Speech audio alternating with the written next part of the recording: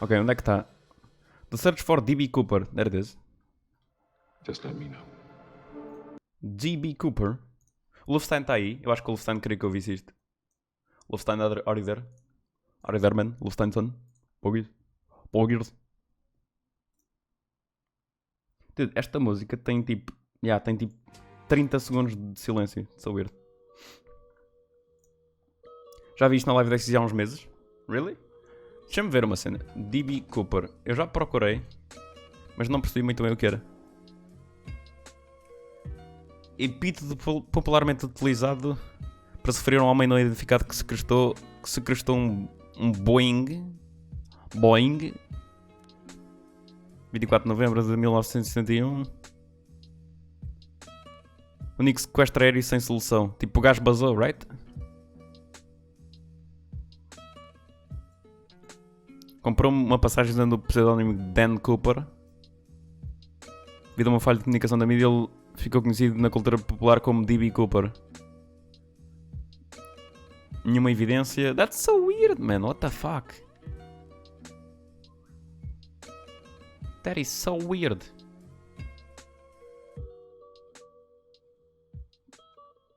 Ensino desde o começo que Cooper provavelmente não sobreviveu ao seu arriscado salto. Mas ele saltou sem paraquedas? No way. No way.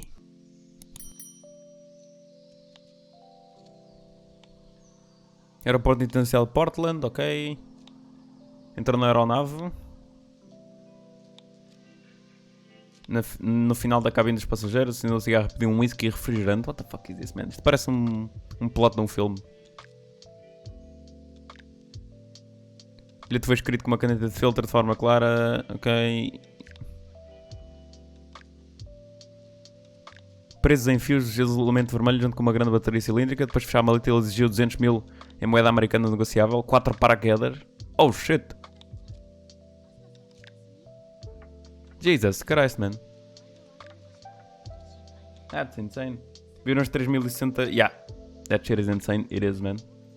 It is insane. Eu queria comprar, mas não sei. Não sei se vou comprar. Maybe. Probably not. Pelo menos não já. Esta ainda está muito boa. Fora de visão de Cooper, um Lockheed T-33. Terá de uma missão de guarda aérea nacional. That's so weird, man. Como é que um gajo baza? Ok, I guess que é o que o vídeo nos diz. 30 minutos, é bué da longo. I want BRZada Gang. Pouco. Terá de comprá-la para 2023. Não sei se espero tanto tempo, mas não vou comprar já, for sure. Fucking 5k plus, a sério? Isso é quanto? 5 mil reais em euros. 788, ok. Portanto, vocês pagam mais de 300 euros que nós. Para nós, supostamente para nós está a 500 euros. Quer dizer, está a 500 dólares. Não sei quanto é que vem para cá, para Portugal. Talvez 500, 600 euros, maybe? Maybe? Ok. Search for D.B. Cooper. Let's watch this shit. Just let me know. Let's watch this shit. Boom. Boom. Eu espero que o vídeo valha a pena. I'm just saying, chat. I'm just saying, chat. Se não valer a pena, I'm gonna be pissed. I'm gonna be pissed, me. Just let me know.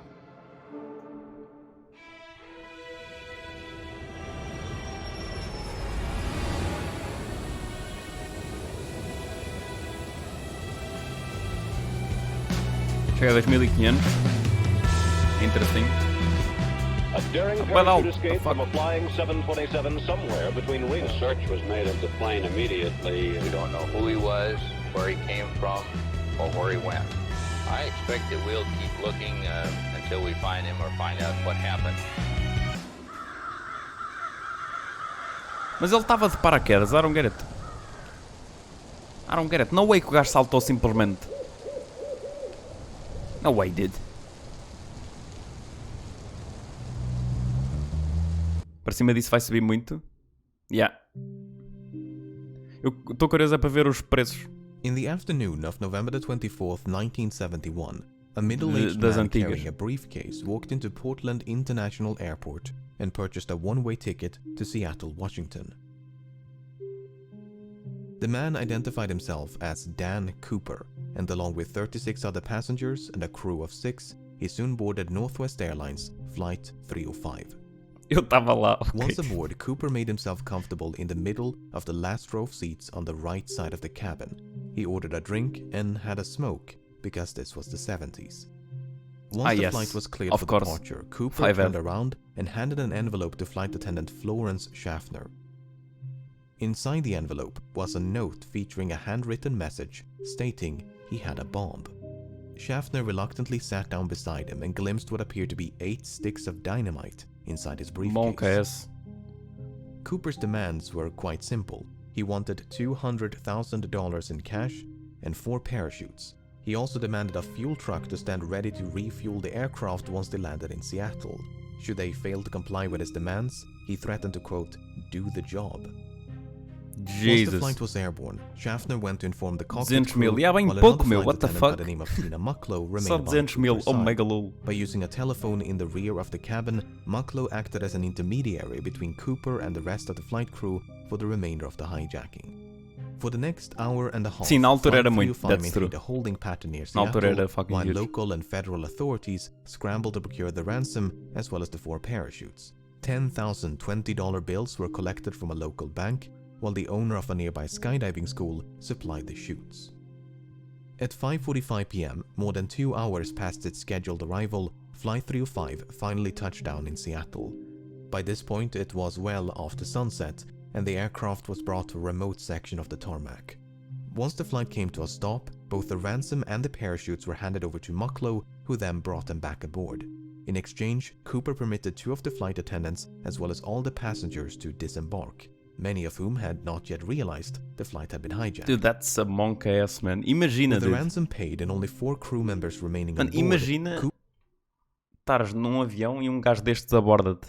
Jesus fucking Christ, man. Cooper told Mucklow to inform the captain that That's he a wanted to fly monka to W. Mexico City. They were to fly with the landing gear down, the flaps at 15 degrees and below 10,000 feet. The lights in the cabin were to be switched off, and the aft stairway, which opens from the underbelly of the fuselage, was to remain extended. 2 of Cooper's demands could not be satisfied. First of all, the flight configuration he'd requested would not allow for a non-stop flight to Mexico City. As such, Cooper proposed a refueling stop in Phoenix, Yuma, or Sacramento before they all agreed on Reno, Nevada.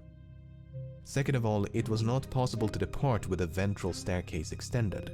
Cooper agreed to retract the stairs on the condition that Mucklow remained by his side and taught him how to extend them once the plane was airborne. A animação disto está incrível, mano. Holy fucking shit. Ele diz quanto tempo é que demorou a fazer isto? Deve ter demorado bué de tempo. Actual pog. Parked for nearly 2 hours due to complications with refueling, Flight 305 was back in the air by 7:36 p.m. Less than 5 minutes after takeoff, Cooper told Mucklow to head for the cockpit and that from this point onwards, he was not to be disturbed. The last time she saw Cooper, he was standing in the middle of the aisle as if though he was preparing to jump. Mucklow joined the rest of the crew, locked the cockpit door behind her, and some 3 hours later, Flight 305 safely landed in Reno. Once the flight came to a stop, the crew carefully ventured into the rear of the Basicamente, cabin. ele pediu dinheiro, parachutes e fuel tank. But there was no sign of Cooper, nor the bomb. E depois deu The XQC aft ditch. stairway had been extended mid-flight and was XQC slightly ditch. damaged upon landing. It seemed there was only one explanation for the hijacker's absence. At some point between Seattle and Reno, Cooper had strapped on a parachute, walked down the stairs, and leaped into the dark of night. Jesus Christ, man.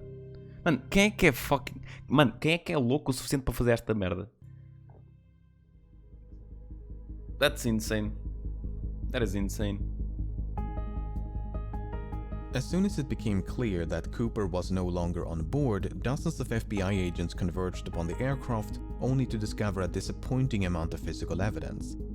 A black clip-on tie, 8 cigarette butts, and 2 of the 4 parachutes were all that Cooper left behind. Evidently, he'd brought the ransom and briefcase along with him. In interviews conducted on the night of the jantar, esteja a hijacking, Bob. Cooper was Sim. described by the crew and passengers as a white male with brown eyes and dark hair.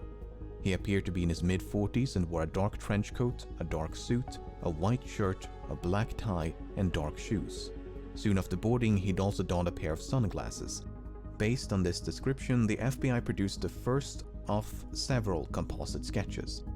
Before they could mount a search, however, the FBI had to figure out when Cooper abandoned ship. But that was easier said than done.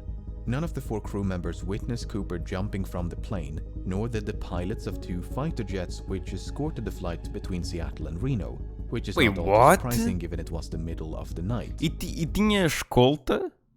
No way, dude. Isso é bué da weird. Como é que é possível ter escolta e tudo e ninguém deu conta que o gajo saltou? What? What?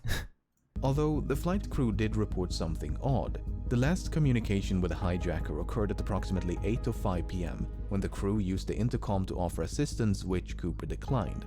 Within the next 10 minutes, the crew experienced what they described Não se via piso, mas há radares, há maneiras de controlar isso. Quer dizer, supostamente, acho eu. as an oscillation or vibration of That the is so aircraft. weird. At the time, the crew suspected it might have been produced by Cooper's jump, and a subsequent recreation of the hijacking supported that conclusion. Okay, so that took care of the when, but what about the where? While Cooper was very explicit about the flight's configuration and destination, he never specified any kind of route. In fact, Cooper grew so impatient with the slow refueling in Seattle that he dismissed the captain's request to file a flight plan and simply told him to, quote, get the show on the road. As such, the captain chose to fly along an airway Is this a known real as story? Victor É real. Aconteceu em 1971. 23 without any input from Cooper. By using Victor 23 as a guide, authorities estimated the most probable location of the flight at the approximated time of the jump was about 40 kilometers north of Portland. And so, at the break of dawn, the FBI mounted Radar an não funciona a impressive altitude search baixas operation e não using detecta humanos. helicopters, I mean, airplanes, ok, mas a cena é... O gajo, a meio do voo, com dois aviões de escolta, o gajo abre o compartimento, abre a escadinha, que deve ter feito um basqueiro ridículo e deve ter mudado a pressão dentro do avião, tipo, consideravelmente. Portanto, alguém ia notar, mano. Basou, eles foram o voo todo com a cena aberta, ninguém reparou em nada. Dude, what the fuck? That is nuts, man. Das duas uma, foi muito bem pensado. Ou então alguém estava feito com o gajo. Dude, é bué estranho, meu. Como é que tipo, o gajo faz isso e ninguém o vê? You know? Mano, é... Abrires uma cena, um compartimento lá para fora, em pleno voo, faz um basqueiro ridículo, meu. E de certeza que muda a aerodinâmica da nave. Portanto, acho muito estranho ninguém reparar. and ground troops. Estás a ver o vídeo? Yup. The problem was, even if the estimated bailout point was accurate, Cooper's eventual landing or drop zone was far more difficult to pinpoint. The Ele pagou o loosely defined piloto. search area covered a vast stretch of mountainous wilderness occluded by a dense forest, so it was truly like finding a needle in a haystack. Apart from the difficult terrain, the search was further complicated by low temperatures. E depois esta é outra cena. É tipo, ok, um golpe destes, ele teve de pensar muito bem no que é que estava a fazer. Mas o gajo pensou, ok, vou sabotar o avião, vou sequestrar o avião, pedir as merdas, eles entregam umas merdas e eu vou saltar para o meio da floresta no meio do nada e vai correr tudo bem. Vai correr tudo bem, mano. É tipo, who the fuck thinks that shit, man? There's no way, meu. Tipo, é que mesmo que, tipo, ok, ele, imaginando que tenho de saltar quando chegarmos a X ponto porque sei que há uma civilização perto ou está alguém à espera para me vir buscar. Eu não sei se tu consegues, tipo, a meio de um voo ter a precisão para saltares onde tu queres. Como ele saltou, supostamente. É tipo, mano, tu saltas, sabes que estás mais ou menos naquela zona, mas tipo, à altura que tu estás, deves ter que tipo um raio de 20 km ainda, se for preciso. Tipo, deves ter uma margem de erro de 20 km. Acho que é muito complicado acertares onde tu queres realmente cair. Não sei, talvez esteja errado. I don't know. inclement weather, which persisted for days. Surpreende que ele tenha Despite pedido their best 200 mil. Eu efforts- disse isso há bocado com o Bob, mas era o que o Bob estava a dizer. Tipo, na altura, 200 mil era bué. 200 mil nos anos 70 era muito dinheiro. Authorities never managed to find Ele a morreu, single there's no trace way. of Cooper, nor the items Mas he ninguém brought along encontrar with him. nada, isso é bué estranho.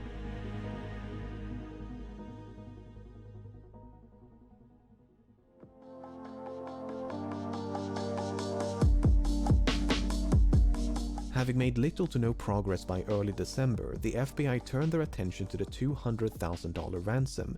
The money had been collected from the Seattle First National Bank, Podia which ter maintained tracker a no corpo ransom dele para irem package of buscá-lo. 250. Talvez, sim, talvez. Maybe. Ou uma cena para. Ou uma cena para. Para dizer as coordenadas a alguém, talvez, não sei. Não sei que tecnologia que havia nos anos 70. Portanto, I'm not sure. Viste o teste de hoje do novo rocket da NASA? Não, não vi. $50,000. Vi que eles just for iam such fazer, mas occasion. não vi. Because of this, the serial numbers of the $10,020 banknotes given to Cooper had been documented in advance, a complete list of which were quickly made available to financial institutions, government agencies, and the general public. The intention was to make it as difficult as possible for Cooper to spend his money. Northwest Airlines and several newspapers even began to offer rewards to anyone who could find a note with a matching serial number. In spite of these efforts, Holy shit. no one ever did. That is until nearly a decade later. In early 1980, a young boy named Brian Ingram was building a campfire on a small beach in southern Washington. As he was digging into the sand, Ingram discovered 3 bundles of cash totaling $5,880. No way. Having heard about the infamous skyjacking, Ingram's parents brought the severely degraded bundles to the FBI. The notes were promptly inspected, and sure enough, the serial numbers matched those of the ransom. Holy shit. That's fucking nuts, man. Once the excitement subsided, however, the money managed to raise far more questions than it answered, the most significant of which was how? Holy shit, How man. did the money end up so far away from the drop zone? Looking at this map, it might be tempting to think that Cooper simply dropped some of the money, which then fell into the Lewis River. The bundles could then have been carried further downstream by the Columbia River before finally being washed ashore at Tina Bar, true. which is the name of the beach. Fivehead. Tina Mucklow, Tina Bar. Coincidence? Yeah, coincidence. Anyway, the problem with this idea Okay. is that the Columbia River Okay. flows in the opposite direction. Oh, This has okay. led some, including members of Well, the shit. FBI, to re-evaluate the initial drop zone assessment. For instance, if the drop zone was much further southeast, close to a river called the Washougal River, it is considerable, nada, true. albeit improbable, that the money floated all the way down to Tina Bar. Alternatively, the bundles may have simply landed on the beach if the flight path was further to the west. O gajo... O gajo meteu uma piada no meio do vídeo e bem à toa. Espera aí, deixa-me ver. Porque o rio é o Tina e o bar também é Tina, right?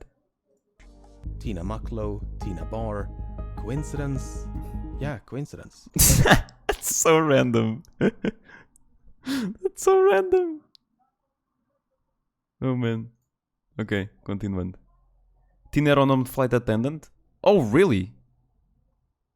Pera, really? ADHD. That the money floated all the way down to Tina Bar. Alternatively, the bundles may have simply landed on the beach if the flight path was further to the west. Even so, natural explanations struggle to explain how 3 independent, potentially free-falling and/or free-floating bundles of cash ended up at the exact same place on the same beach. To complicate matters, sediment from the riverbed was Eu não, excavated and eu não dumped. sei se vocês, tipo, partilham do mesmo sentimento, mas esta é daquelas merdas que se eu estiver a ver à noite, sozinho em casa, é tipo, é kinda monk ass. Não sei porquê, isto não é terror, mas é tipo, o suspense é tão alto e a cena do mistério é tão alta que eu fico tipo, kinda scared, you know? É tipo, monk ass, man, holy shit. Dumped onto Tina Bar as part of a Pussy. dredging operation in 1974. I mean, I guess, man. And according to one analysis, the money was discovered above this layer of sediment. If true, that would mean the money came to rest at Tina Bar sometime after 1974. But a re-examination of that analysis found that what was believed to be a layer of deposited sediment might actually have been a Vídeos perfectly canais são natural sempre layer assim. of clay. Eu vou ver. Vou ver mais. This shit is pretty good, man. Goddamn. Acho que já tinha visto um vídeo há muito tempo, mas não me lembrava. The money came to rest at Tina Bar sometime after 1974. But a re-examination of that analysis found that what was believed to be a layer of deposited sediment might actually have been a perfectly natural layer. My man Pena sometimes forgets how to talk, true. Este jogo não seria fixe em stream? Oh, maybe. Se calhar para tipo uma one-time playthrough, maybe. Eu já tinha visto há muito tempo, mas é capaz de ser nice, sim. Fuck, man, estou perdido. Tenho de voltar atrás outra vez, sorry, chat. To rest at Tina Bar sometime after 1974. But a re-examination of that analysis found that what was believed to be a layer of deposited sediment might actually have been a perfectly natural layer of clay. Not only that, but the sediment was clearly dumped some distance away from where the money was discovered. Furthermore, when Ingram discovered the bundles, the rubber bands which held them together were still intact. This is significant because experiments conducted in 2009 revealed that this brand of rubber bands could not withstand exposure to open air or water for more than a year. Dude, that's fucking nuts, man. Mano... Dude, trabalhar numa cena destas deve ser incrível. É literalmente estás a jogar um jogo na vida real, mano. That is insane, man. That is fucking nuts. Tipo, as conexões que eles vão buscar é tipo de outro mundo. Caga nisso. Tens de ser bué criativo. Caga. Tens de ser actual 5-head. So, unless the bundles were somehow protected from the elements, they must have become buried at Tina Bar within a year of the hijacking. The most probable explanation, therefore, seems to be that Cooper or someone else deliberately buried the money.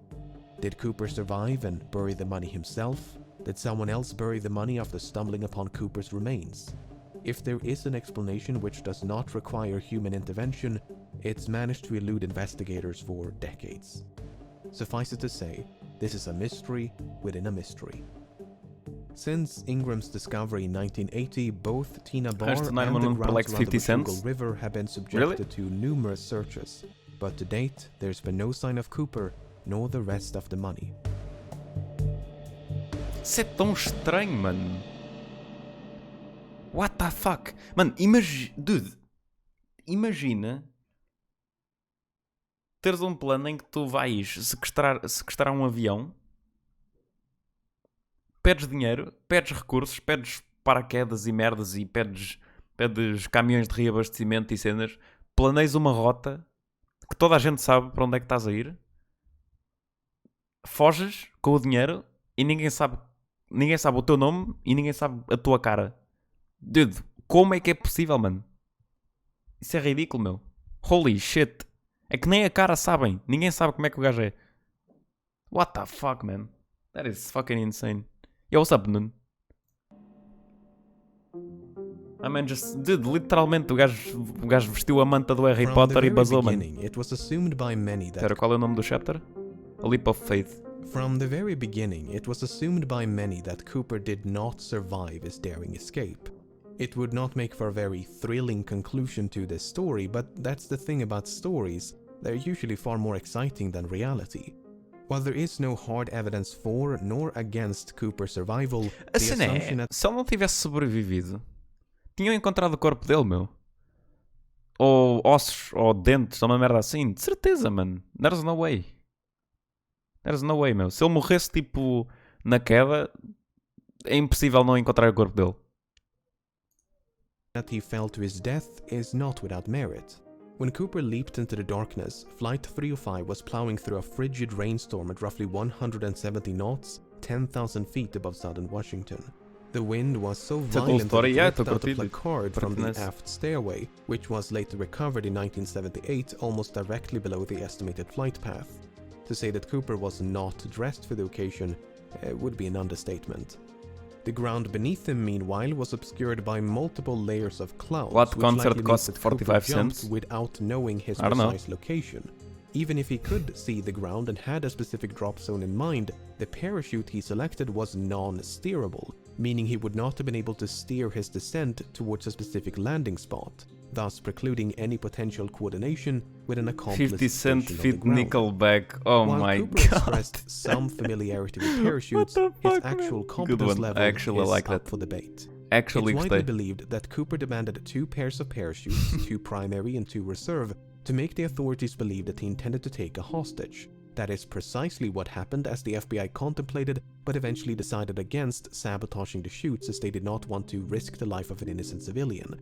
But in their haste to obtain them, they unintentionally provided Cooper with a non-functional dummy chute intended for training purposes. This mishap seems to have gone unnoticed by Cooper, because that dummy chute was one of the 2 missing from the plane. Not only that, but Cooper chose the older and technically inferior parachute out of the 2 primary chutes provided. But why though? So in both cases, it seems like Cooper made the worst possible choice. But there are other ways to interpret this information. For instance, it's possible that Cooper used the dummy chute not as a reserve, but as a means to secure the bag of money. In fact, that is precisely what Cooper tried to do with the functional reserve chute. First, he tried to place the money in the chute's canopy before removing some of the suspension lines and wrap them around the bag. Perhaps he used the dummy chute for a similar purpose. And Cooper's decision to use the older primary chute is not necessarily an indication of inexperience. It could also be a sign of familiarity, because the chute he left behind was a civilian luxury chute, while the one he used was a military chute. The argument is that Cooper might have been trained as, say, a paratrooper and I don't know, man. Isto é kinda tipo too much. Isto é kinda too far, man. No, I don't know about this one.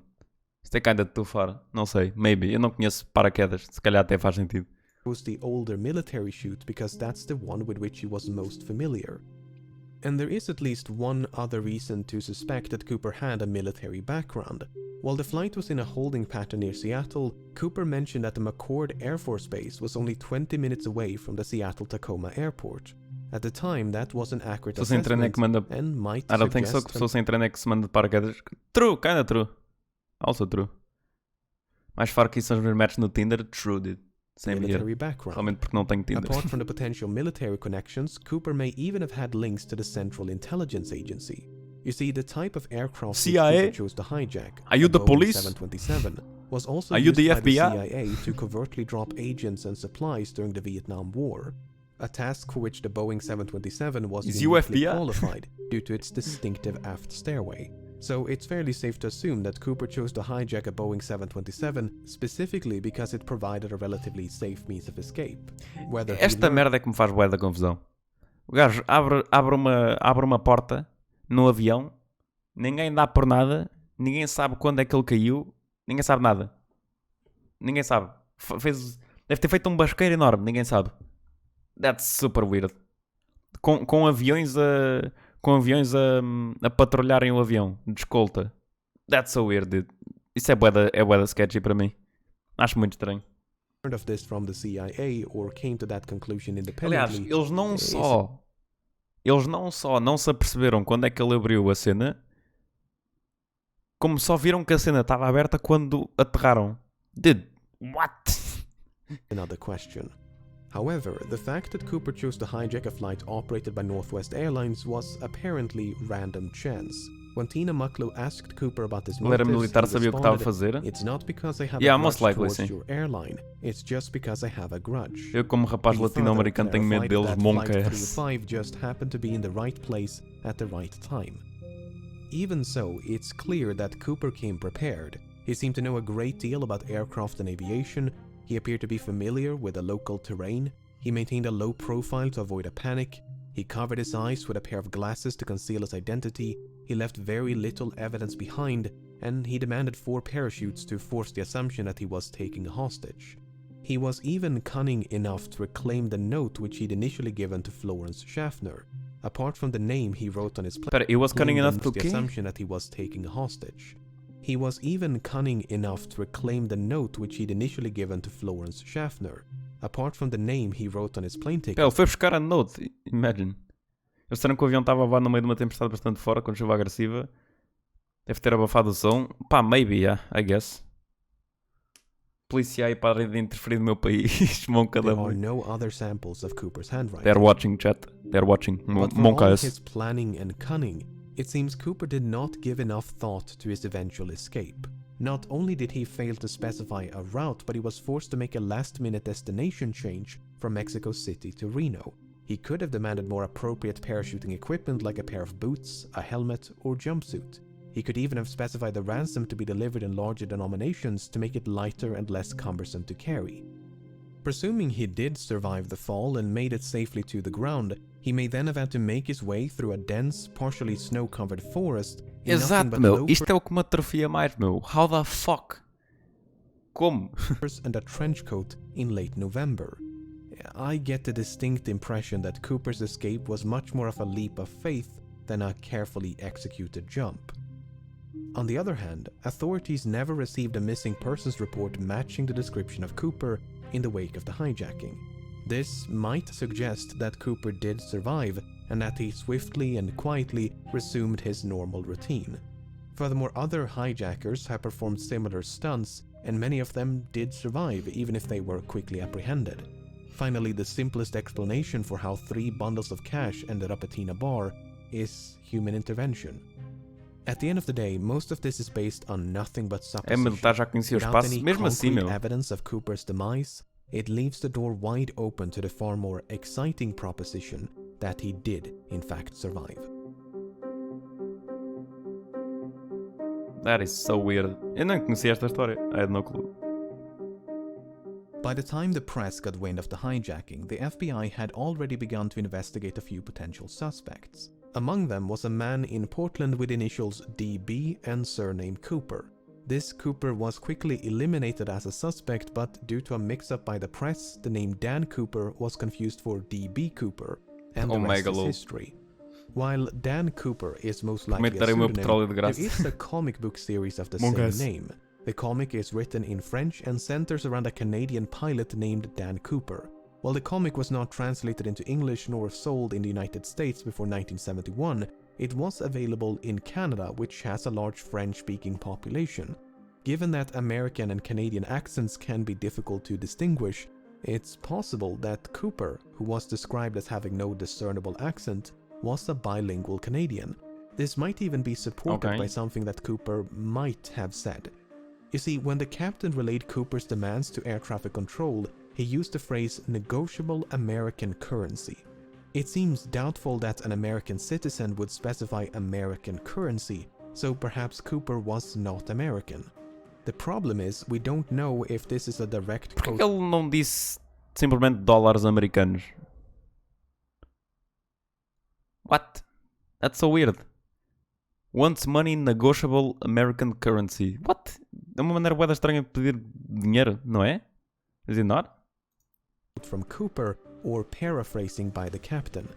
For instance, notes taken by the crew during the hijacking merely contain the phrase parece um erro de novato, to be honest.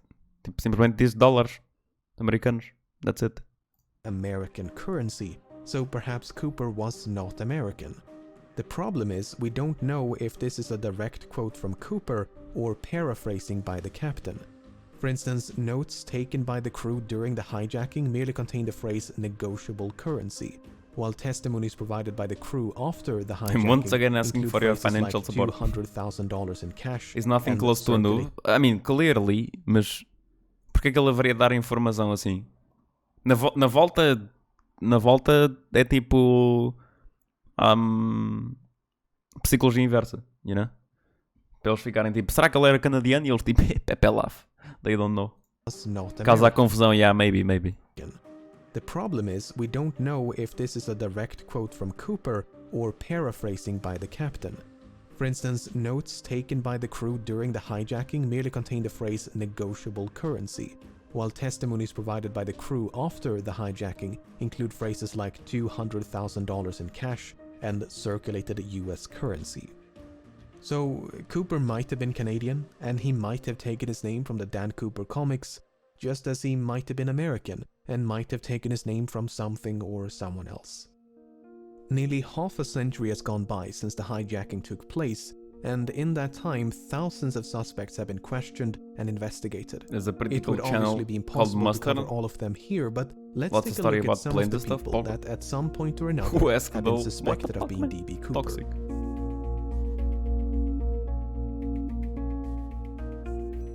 Robert Rackstraw first became a suspect in 1978, and on the surface, he seems like a solid candidate.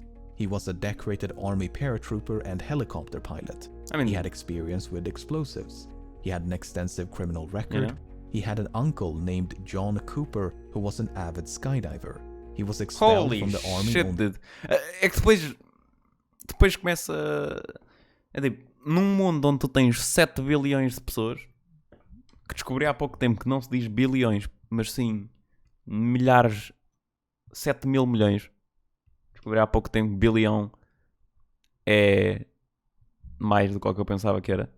No mundo onde tens 7 mil milhões de pessoas, I mean, eventualmente vai sempre haver essas coincidências tipo, que parece demasiado bom para ser verdade. Tipo, há sempre, you know? Há sempre. Ele não matou ninguém, só pegou de volta o que já era de direito dele, My Hero. Pera, direito dele? What do you mean? Months before the hijacking, which might suggest a motive. Só nós, sim, é só nós. For some reason é só nós. É actually kind of a The pega. hijacker did say he had a grudge. When confronted by journalists and private investigators, Rackstraw would neither confirm nor outright deny that he was D.B. Cooper. Instead, he'd say things like, De onde ele roubou? Tecnicamente ele não roubou de nenhum sítio em específico. Ele simplesmente disse que queria $200 mil e eles foram buscar a um banco, pelo que eu percebi. could have been, or I would not discount myself.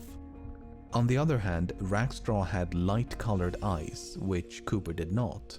More significantly, Rackstraw was only 28 years of age at the time of the hijacking. This is well outside the range of ages reported by the crew and passengers, most of whom believed Cooper was in his mid-40s. How long is this video? Kenneth Christensen first became a suspect in 2003 when his brother noticed certain parallels between him and Cooper. Christensen had briefly served as a paratrooper in World War II, and since 1953 he'd worked for Northwest Airlines as both a mechanic and a flight attendant. He was 45 years old at the time of the hijacking. He was left-handed, which Cooper might have been. For instance, Cooper used his left hand to interact with his briefcase, and the clip-on tie he left on board was affixed with a tie clasp applied from the left. Shortly before he died in 1994, Christensen had supposedly told his brother, "There is something you should know, but I cannot tell you." After his passing, his family discovered over $200,000 in his bank accounts. To top it all off, huge subscription, man, Poggy. Thanks, man. Elena WTFSTFU sub. Holy shit, o gajo falou bué da rápido. Elena W. Thanks, man. Poggy, subscription, huge. Thanks, man. 13 meses, god damn. It was affixed with a tie clasp applied from the left. Shortly before he died in 1994, Christensen had supposedly told his brother, "There is something you should know, but I cannot tell you." After his passing, his family discovered over $200,000 in his bank accounts. To top it all off, Florence Schaffner stated that photographs of Christensen bore a strong resemblance to Cooper. Oh shit. On the other hand, Christensen did not match the physical description of Cooper. He was both shorter and lighter. While Schaffner did see a strong resemblance, she remarked that Cooper had more hair, and that is supported by the composite sketches. And there was nothing suspicious about the large sums of money which he'd simply earned by selling land. E é tal cena que eu estou a dizer. Tipo, num mundo onde tu tens bilhões de pessoas, vai sempre haver estas coincidências ridículas. Vai sempre haver estas coincidências ridículas. Tu ficas tipo, tem de ser ele. Mas tipo, a verdade é que há tantas pessoas que o mais provável é mais provável haver estas coincidências ridículas do que não haver. Eu vi um vídeo do Vsauce há pouco tempo em que ele diz exatamente isso. Tipo, nestas situações o normal é haver estas coincidências. Se não houver é que tu tens de estranhar, you know? Which is actually true. Há tanta gente. It's actually true. Parece mesmo que eu fui testemunhar. Não era ele, mas foi preso. A sério? Wait, what? Eu não sabia disso. Vsauce, Michael here. Shut the fuck up, Pena. I will fuck you up, Navarro. Richard McCoy first became a suspect in 1972 when he hijacked a Boeing 727 and escaped via the aft stairway, much like D.B. Cooper. Because of the significant overlap between the two hijackings, some believe they must have been committed by the same person. McCoy used a fake name, he used a fake hand grenade to threaten the crew, He used handwritten notes to issue his demands. Both Okay, yes. McCoy and Cooper used the phrase "no funny stuff" as a warning to the crew. McCoy demanded $500,000 No in funny cash stuff, and mate. 4 parachutes. You fucking wanker. I'll fuck you up, man. No funny stuff parece mesmo coisa que Brett diria. Fucking treehead. Bom dia, acordaste agora, Peps? Oh, no. What up, man? Crew. McCoy demanded $500,000 in cash and 4 parachutes. McCoy also bailed out the back of the plane once they passed over his hometown in the state of Utah. Apart from the similar modus operandi, McCoy had also served in the Vietnam War as a demolitions expert and a helicopter pilot. Vietnam. McCoy did actually survive the fall and managed to evade authorities for 2 full days before he was apprehended and sentenced to 45 years in prison. Before his death in 1974, McCoy refused to confirm or deny that he was D.B. Cooper. On the other hand, McCoy was an avid recreational skydiver and even came prepared with a skydiving helmet and jumpsuit. He gave very specific instructions about the flight path, in addition to... Was an experienced skydiver while Cooper was likely not. Como é que eles chegaram a esta conclusão? What? O que é que eu perdi? Cooper was likely not. Como não? Estou confuso. A hand grenade, McCoy also used an unloaded handgun to threaten the crew. He failed to retrieve one of the notes he'd given to a flight attendant. He was only 29 years of age at the time of the hijacking. And all 3... Este gajo tinha 29 anos, mano. Este gajo é o meu avô. Are you kidding me? Jesus Christ. Quer dizer, talvez não seja uma foto atualizada, maybe. 29 anos. Are you kidding me? The flight attendants were quite certain that McCoy was not Cooper. While there are meaningful parallels between these two cases, McCoy might simply have been a copycat who'd read about D.B. Cooper in the news. Dwayne Webber first became a suspect in 1995 when, shortly before his death, he supposedly told his wife, "I've got a secret to tell you. I am Dan Cooper." Following his deathbed confession, Webber's widow recalled a number of fascinating details. She claims to have found a bank bag resembling the one used in the hijacking. She claims Webber had sustained a knee injury after jumping out of a plane. Webber supposedly had a nightmare about leaving his fingerprints on the aft stairs. And a year before the money may have had a nightmare about leaving his fingerprints on the... What the fuck? Was discovered at Tina Bar, Webber had allegedly paid a quick visit to the same location. In addition, Webber was a World War II veteran, he had an extensive criminal record, he'd matched the physical description, and he was 47 years old. Esse momento tem mais 3 anos que eu, mas parece que tem uns 37. Oh, no. On the other hand, Webber's fingerprints did not match any of the prints collected from Flight 305. Although, to be fair, there's no way to know if any of those prints actually belonged to Cooper. Furthermore, Webber's DNA did not match a DNA sample collected from the tie clasp. But once again, there's no way to know if the DNA on the tie clasp actually came from the hijacker and not someone else. What's so frustrating is that the FBI likely had a much better source of DNA at one point. If you recall, 8 cigarette butts were collected from the scene and there's a good chance they were all suffused with Cooper's DNA. The problem is, that evidence was lost at some point, and is not... Essa é outra cena. Porquê é que tu haverias de pedir um cigarro e deixar o teu ADN nos cigarros? That makes no fucking sense, man. I mean, claramente funcionou, porque ninguém o encontrou, mas tipo, há cenas que tipo, it doesn't make much sense. Depois os pais dele queriam que fôssemos testemunhar a defender o man. A sério? E vocês foram? Also describes the direction of movement within an aircraft, that is towards the tail location or region within the aircraft cabin. Sim, a FT acho que era a escadinha, right? Not turned up since. Podes pôr o vídeo 2x, shut the fuck up. Suck my dicos. William Smith first became a suspect in 2018. Smith served in the Navy during World War II and likely had some experience with parachuting. He was 43 years old at the time of the hijacking. He had dark brown eyes, he matched the physical description, he shared a certain likeness with the composite sketches, especially this speculative sketch of an older D.B. Cooper. Oh shit. A student named Ira Daniel Cooper, who was killed in World War II, attended the same high school as Smith. Smith worked as a yardmaster for a railroad company for most of his life, but in 1970 the company filed for bankruptcy. Não vi nenhuma As a database. consequence, Smith lost his pension, which might suggest a motive.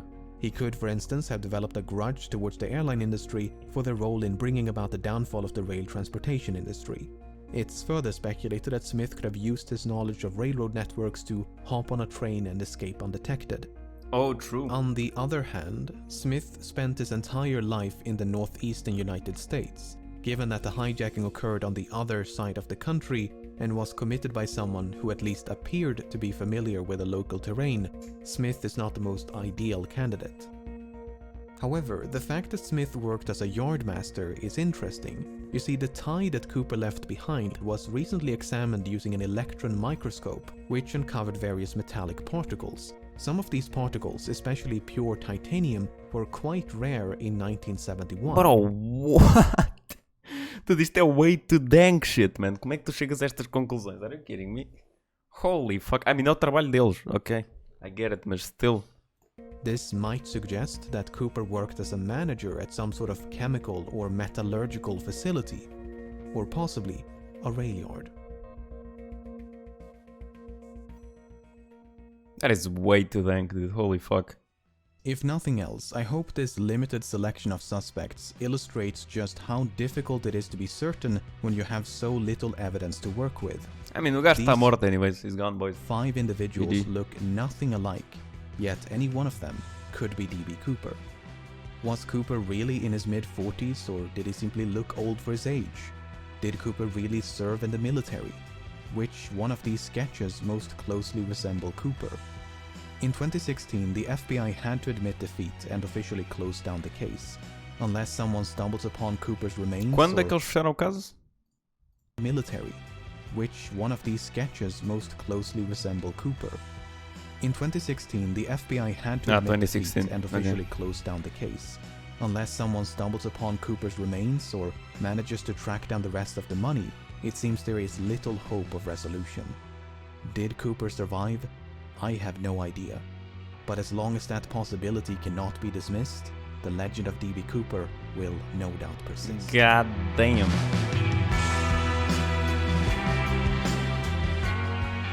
That's fucking nuts, man. That is fucking nuts, man. He's gone, chat. He's gone, boys. He's absolutely gone there, man. Good video, actual PogChamp video, dude.